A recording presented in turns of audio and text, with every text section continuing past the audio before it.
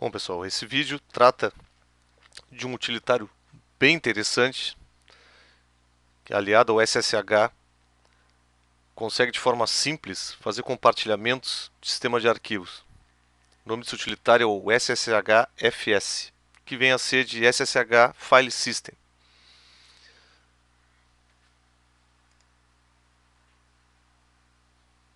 Bom, um breve sumário aqui, o conceito, né, o que se trata essa ferramenta aí, uma ferramenta bem simples, realmente vocês vão achar bastante útil também. Algumas das funcionalidades, exemplos de uso, fazer uma breve demonstração aqui de uso de clientes SSH-FS Linux e Windows. Eu também fiz uma comparação de desempenho com NFS e com CIFS, que é o protocolo usado pelo Samba, pelos compartilhamentos do Windows, com o SSH-FS. E é surpreendente que o desempenho é bem parecido. As considerações finais e as referências bibliográficas. Então, o que vem a ser o SSH-FS? Na verdade, ele usa o SFTP, que é um FTP em cima do protocolo SSH, e o suporte à biblioteca Fuse. Então, essa biblioteca Fuse aqui, que é o File System User Space, permite que se faça a montagem de sistema de arquivos em modo usuário. E detalhe, sem alterar nada no kernel. Então, o que é o kernel? É o núcleo do sistema operacional. Se fôssemos colocar, por exemplo, um sistema de arquivos novo no Linux, teríamos que recompilar o kernel e associar um módulo ou internamente, né, fazer um uso de um driver interno ou por meio de módulos. No caso do Fuse, pode-se fazer isso sem essa mão de obra toda aí. Então, o que ele faz, o SSHFS? Possibilita a montagem de diretórios remotos e o uso tal como se fossem locais, de forma simples. Por que é simples? Porque o SSH, na verdade, usa uma porta única, já tem autenticação integrada, é uma ferramenta do dia a dia e muitas vezes a gente quer fazer simplesmente uma cópia de algum arquivo, de uma pasta, copiar arquivos entre servidores, entre cliente e servidor, e muitas vezes tem que fazer a configuração de um Samba, configuração de NFS. Então, esse cara pode ser bastante útil nesses casos. Detalhe importante, não tem necessidade nenhuma de alterar nada do lado do servidor. Então, um exemplo aqui seria a montagem de um diretório remoto, uma pasta remota /home aluno, no ponto de montagem local, arquiremotos. Então, o que eu quero, na verdade? Eu quero pegar esta pasta aqui, home alunos, e tornar ela disponível localmente nessa pasta arquiremotos usando o SHFS. O dono dessa pasta remota é aluno. Então, quais são os procedimentos? Criar essa pasta aqui na máquina local, arquiremotos, fazer uso do SSHFS dessa forma aqui, ele é um executável, né, um utilitário, tal como o SSH, o cliente do SSH, é um cliente de FS, na verdade. O usuário, arroba o IP do servidor, onde tem esse home aluno, é o que eu quero, e eu vou montar ele localmente aqui em Arc Remotos. Então, a sintaxe é bastante parecida com o SCP e o SFTP usados em cima de SSH. Para autenticação, pode ser usado senhas. Então, se não for usar certificados, vai pedir usuário e senha aqui. O usuário está aqui, aluno, vai pedir uma senha. Ou ele vai fazer a montagem direto. Depois de fazer o uso e para desmontar, vai usar o comando padrão, o mount. Então, como é que se instala o cliente para Linux aí? No caso das distribuições Debian Ubuntu, é o apt-get install sshfs. E no caso de Red Hat, CentOS, Scientific Linux e outros que são baseados no Red Hat, uso o yum. Então, yum install fuse sshfs. Existe um cliente, existem na verdade alguns clientes para Windows. O que tem menos bugs e funciona melhorzinho, pelo menos nas minhas experiências aqui, é o WinSSHFS, que tem disponível nesse link aqui. Vocês vão encontrar facilmente no Google se procurarem por WinSSHFS. Esse aqui é a interface do WinSSHFS, esse aqui é o gerenciador. Então, basicamente, um nome da conexão, o IP do servidor, a porta, o usuário, a senha ou certificado, se for usar certificado, o diretório remoto e qual é a letra que vai ser usada no caso do Windows que vai mapear para esse diretório remoto. Aqui usa-se para desmontar esse compartilhamento e pode-se ter a opção aqui de montar ele no login. E aí tem que se usar certificados ou toda vez que der boot lá, ele vai pedir um usuário e uma senha. Na verdade a senha, né? Apesar que a senha fica gravada aqui também, né? Então nem essa opção precisa. Bom, aqui a letra, né? Ele sugere uma letra que esteja disponível aqui de drive, mas pode-se colocar a letra que quiser. Alguns parâmetros da linha de comando que pode ser usados no SHFS, então botei muito mais como referência aqui. Como é que ele mapeia o usuário, né? Na verdade, ele usa o usuário corrente. Então, no caso do Windows ali se passa o usuário, mas no caso de Linux, se não usar nenhum usuário, ele vai usar o usuário que está executando o SSHFS, se não pode se fazer um mapeamento usando user. O mesmo vale para a identificação do ID, do grupo. Aqui é para fazer a montagem em pastas, mesmo que não estejam vazias. Aqui tem as relações do cache, então ele faz uso do cache para melhorar o desempenho. Não vi muitas alterações nos testes que eu fiz com relação a cache. E esse aqui é um parâmetro importante, ó, allow other. Imagine o seguinte, num determinado servidor faz a montagem com o usuário aluno. Somente o usuário aluno vai conseguir fazer qualquer coisa nesse compartilhamento. Se se usar a opção allow other, qualquer usuário que esteja no sistema logado poderá usar esse compartilhamento. Então, como é que se usa essas opções? Usa-se como parâmetro "-o", de options, né, de opções. Allow other, por exemplo, poderia ser vírgula, cache igual a no, vírgula, UID igual a alguma coisa. E o resto dos parâmetros são iguais. Ó. Esse aqui é o usuário remoto, o IP do servidor remoto, que vai se compartilhar, nesse caso aqui o raiz, e aqui vai se montar localmente em dados remotos. Um outro parâmetro legal de colocar, isso no cliente, no caso falando de Linux, é um Server Alive Interval. O que faz isso aqui? Imagine que a conexão SSH esteja aberta, isso aqui é um compartilhamento, não está se copiando nada, não está se lendo nada nesse compartilhamento. Ele tem um tempo de timeout e ele desconecta. Então, não, eu quero manter essa minha conexão por bastante tempo, então eu não quero que ela caia. Eu consigo colocar aqui, é como se fosse um keep alive. Então ele fica mantendo a conexão em aberto. Outros parâmetros podem ser usados no SHFS, que são idênticos ao cliente SSH. Por exemplo, "-p" para mudar a porta do servidor e vários outros parâmetros que existem no uso do utilitário SSH. Muitos são iguais.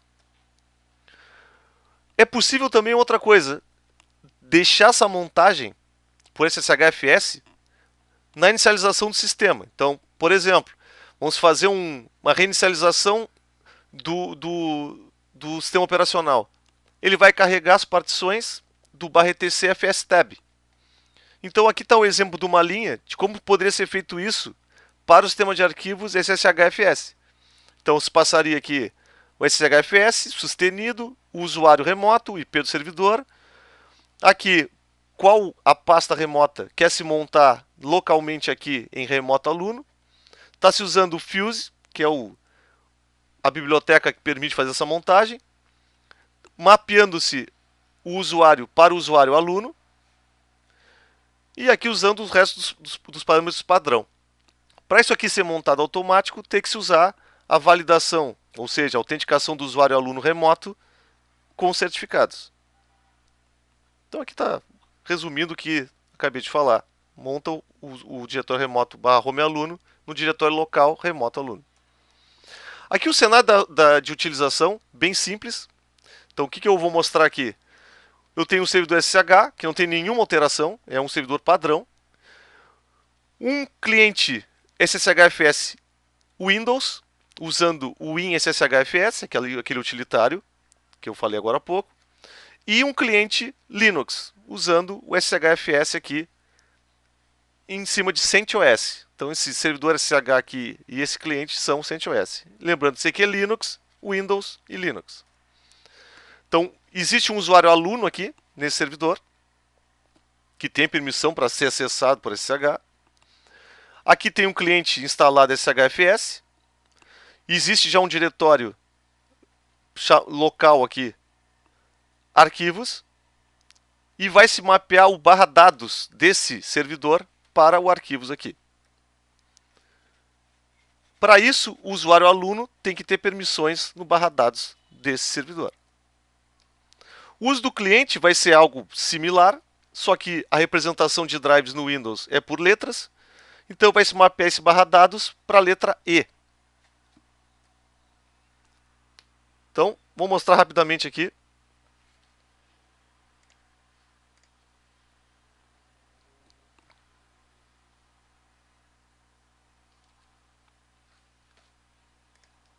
Então temos o seguinte, ó. Nesse servidor aqui, que seria o servidor SSH da demonstração, tem-se um diretório barra dados. Ó. Então, dentro desse barra dados, já criei aqui um teste 1, mas o dono desse dados é aluno, ok? Aqui está a linha de comando para fazer essa montagem. O IP desse servidor aqui é 16, final 16. Ó, 254.16. Usuário aluno. Quero montar o barra dados, ou seja, o dados que está aqui, para o barra arquivos, que está local aqui nesse servidor. Então, por que ele montou automático? Porque eu estou usando certificados. Então ele não me pediu a senha desse usuário aluno dessa máquina aqui. Então no barra arquivos, que agora está local, eu tenho acesso ao compartilhamento remoto aqui. Mostrar, por exemplo, criar um diretório teste 2, por exemplo. Teste 2. Teste 2. Muito bem. Fiz as alterações aqui que eu queria. Compartilhei, ok. Não quero mais. O mount, barra arquivos. Desmonto aqui. E feito. O outro caso com Windows.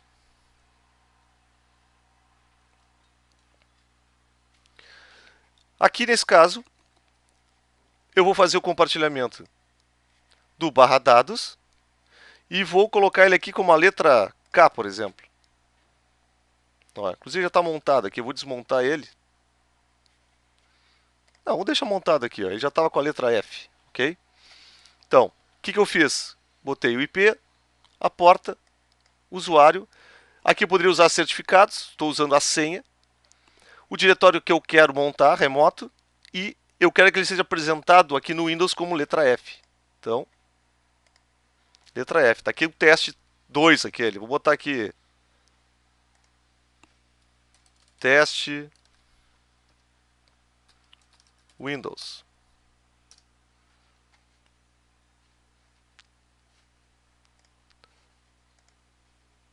Se viermos aqui, está aqui o teste Windows. Então veja, uma forma bem simples, é rápido de fazer. Questões de firewall é a porta do SSH. Detalhe, o tráfego é criptografado por padrão. Existe a possibilidade de usar compressão. Isso é um parâmetro usado no SSH. Não está sendo usado aqui por padrão, certo? O cliente do Windows não tem essa opção. Aqui poderia se usar. Então, por exemplo, ó,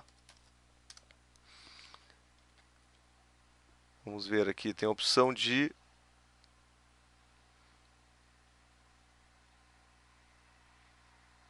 compressão. Vamos ver aqui onde é que é. Compressão. Ou não tem? Tem sim em algum lugar aí. Mas é claro que a compressão só vai ter sentido se os dados não forem binários, certo? Se for texto, aí sim vai ter algum ganho. Então aqui são as opções, todas podem ser usadas, e pode ser explorado depois com calma. Muito bem. Que mais? Em relação ao desempenho. Tá, mas SSH é lento. Bom, como é que foram feitos os testes? Fiz uma comparação básica aí com NFS e CIFS, que são protocolos exclusivos, basicamente, para compartilhamento de arquivos, não é? Então os testes constituem o seguinte: criar arquivos, escrita e realizar cópias para os compartilhamentos, que eu considerei a leitura. Então eu usei o utilitário DD, tanto para Linux como para Windows, o time e o ptime para coletar o tempo, e os utilitários de cópia padrão, CP do Linux e copy do Windows. Foi criado um arquivo de 40 MB. Então, se criou o arquivo, fez escrita de 40 MB, depois pegou esse 40 MB e copiou para os compartilhamentos remotos. Então, fez a escrita no compartilhamento remoto, a cópia do remoto para local, local para remoto. Aqui são os resultados. Então, a primeira tabela comparativa é o SSHFS com o NFS em Linux. Então, repare que os tempos aqui são muito próximos. Certo? São muito próximos. Ó. Aqui é o tempo para a criação do arquivo de 40 MB, 3,7 segundos SHFS, 3,2 NFS. E o tempo de leitura 0,033 segundos na NFS e 0,037 o SHFS. Claro que a gente tem que levar em consideração uma coisa: não se está se fazendo aqui testes de concorrência de escrita e leitura. Com certeza o NFS e o CIFS vão ter resultados melhores. Mas já que a ideia aqui é para um compartilhamento simples, ou seja, eu não vou colocar o sistema de arquivos em rede da empresa toda em cima de SSHFS. Essa não é a ideia. Mas para fazer cópias, backup, alguma atividade mais simplificada de administração de redes, serve muito bem. Aqui em relação ao CIFS SHFS. Então, segundos e o tempo de escrita ficaram muito próximos. O tempo de leitura aqui, o SSHFS teve alguns problemas, principalmente por causa de cache. Não é uma coisa muito bem resolvida aí. Aqui a comparação apenas em cima do cliente Linux e o cliente Windows. Claro que aqui tem uma série de problemas. Por exemplo, esse cliente que foi testado Windows é um cliente gratuito que não está sendo, digamos, desenvolvido atualmente. Então é um código que já não está tão ajustado assim. Mas mesmo dessa forma, o tempo de escrita foi muito próximo e o tempo de leitura que deu uma diferença bastante grande aqui. Mas vamos botar na conta aí de ser uma máquina Windows virtualizada, com nenhuma otimização, certo? Um disco bastante lento, então talvez possa ser melhorado isso em uma estrutura diferente. Bom, considerações finais. Primeiro que o SHFS é uma alternativa simples para compartilhamento de arquivos e sistemas. Basta saber basicamente um parâmetro, talvez nenhum parâmetro, e pode-se usar, quem está acostumado a usar com SSH em linha de comando, não vai haver diferença nenhuma usar o SHFS. Então, pode ser bastante útil na rotina de administração de redes. É bastante comum cópia de arquivos entre Windows, Linux, entre Linux com Linux. Muitas vezes se quer fazer uso de scripts e precisa se fazer isso usando compartilhamentos, esse cara pode resolver esses casos. O desempenho dentro, obviamente, desse escopo aqui, que não houve, digamos, conexões concorrentes, apenas uma para fazer as cópias, as escritas, não houve grande diferença. Isso foi surpreendente porque parecia-se que o SHFS teria bem pior. Na verdade, não foi o que aconteceu. Então, lembrando que o NFS e o CIFS, que é o do Samba, são protocolos muito mais robustos e aí sim, né, são recomendados para uso em produção. Não o caso do SHFS, que é para uso bem específico.